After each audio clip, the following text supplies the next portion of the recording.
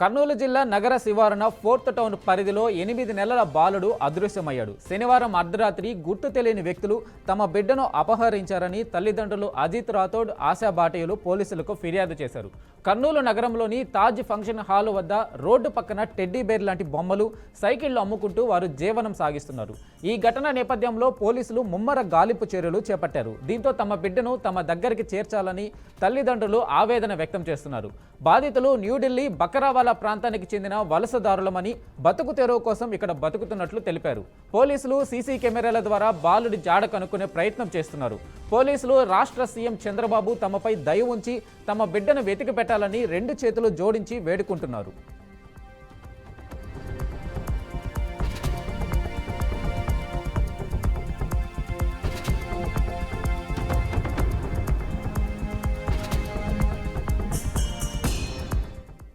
को बहुत ही पुलिस ने भी काफ़ी सहायता की। हमारे ये 20 तारीख को कोई बच्चा हमारा उठा के लेके गए, 8 महीने का बच्चा था।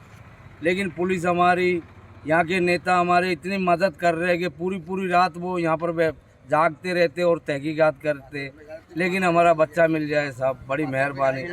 हम यहाँ से नेता लोगों को चंद्रबाबू नायडू को भी हाथ जोड़ के रिक्वेस्ट है कि हमारा बच्चा मिल जाना चाहिए। किसी भी एमएलए से भी कहते हैं कि किसी भी तरीके से हमारा बच्चा मिल जाए। करनूल के एमएलए से और कोरोना काल में भी हमारे को पुलिस ने, एमएलए ने बहुत मदद की हमारे को। ये बोमल वाले, हम साइकिल बेचते, बोमल बेचते, दाल मिल पे हमारे रोड किनारे दुकानें लगी है, कुर्सी लगी हुई है, कोई परेशानी नहीं हुई। 15-20 साल हो गया आंध्र प्रदेश, हमारे को आज तक किसी ने टच नहीं किया। ये अचानक क्या पता क्या हो गया, किसी से कोई लड़ाई झगड़ा नहीं, हमारा किसी से कोई दुश्मनी नहीं। अचानक कोई पार्टी ऐसे कोई बाहर की आई हुई, वो बच्चा उठा के लेके चले गई। कैसे लेके गई हमारे को ये भी पता नहीं। तो हम तो यही रिक्वेस्ट करते हैं पुलिस से भी और नेता लोगों से भी। कर्नूल का पुलिस, एसपी, डीएसपी पूरा अच्छा सपोर्ट कर रहे हैं, बहुत अच्छी पुलिस है साहब।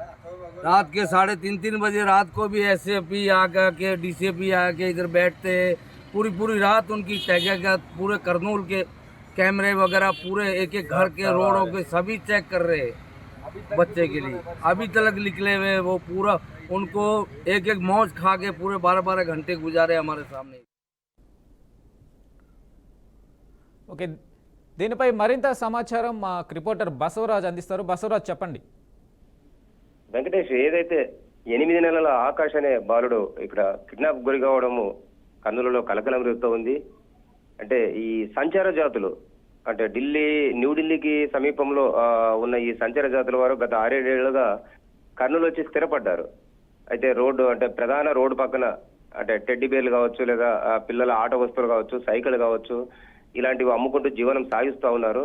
అయితే నిన్నటి రోజు రాత్రి ఏదైతే కర్నూలు శివారున ఆదోని రోడ్డు వైపు తాజ్ కన్వెన్షన్ సెంటర్ వద్ద వీళ్ళు నివాసం ఉంటున్నారు. అక్కడ అర్ధరాత్రి 1 తల్లిదండ్రుల మధ్య పడుకున్న ఆకాష్ అనే 8 నెలల బాలుని గుర్తులేని వ్యక్తులు తీసుకెళ్లినట్లు తెలుస్తా ఉంది. అయితే ఈ ఘటన జిల్లా వ్యాప్తంగా కలకలం రేపడంతో జిల్లా ఎస్పీ బిందు మాధవ్ చాలా ప్రతిష్టాత్మకంగా తీసుకున్నాడు ఈ ఘటనను. అనేక మంది, అంటే ఏఆర్ కానిస్టేబుల్స్ కావచ్చు, డ్రోన్ కెమెరాలు కావచ్చు, సీసీ ఫుటేజ్లు కావచ్చు, ఏఆర్ కానిస్టేబుల్ ద్వారా పరిసర ప్రాంతాలు గాలించడము, డాగ్ స్క్వాడ్, ఇలా అన్ని రకాలుగా పెట్టినా కూడా 24 గంటలు గడిచిన ఆ బాలుడు ఆచూకైతే కనిపించలేదు. ఇంతగా ఆ బాలుడిని ఎవరు కిడ్నాప్ చేశారు, చేయాల్సి వస్తే ఎందుకు చేసి ఉంటారు, లేదా ఏదన్నా జంతువులు ఒకవేళ అట్లా ఏదన్నా పిల్లోని ఎత్తుకెళ్ళాయా, అంటే రకరకాల యాంగిల్లో పోలీసులు అయితే అనుమానిస్తూ ఉన్నారు.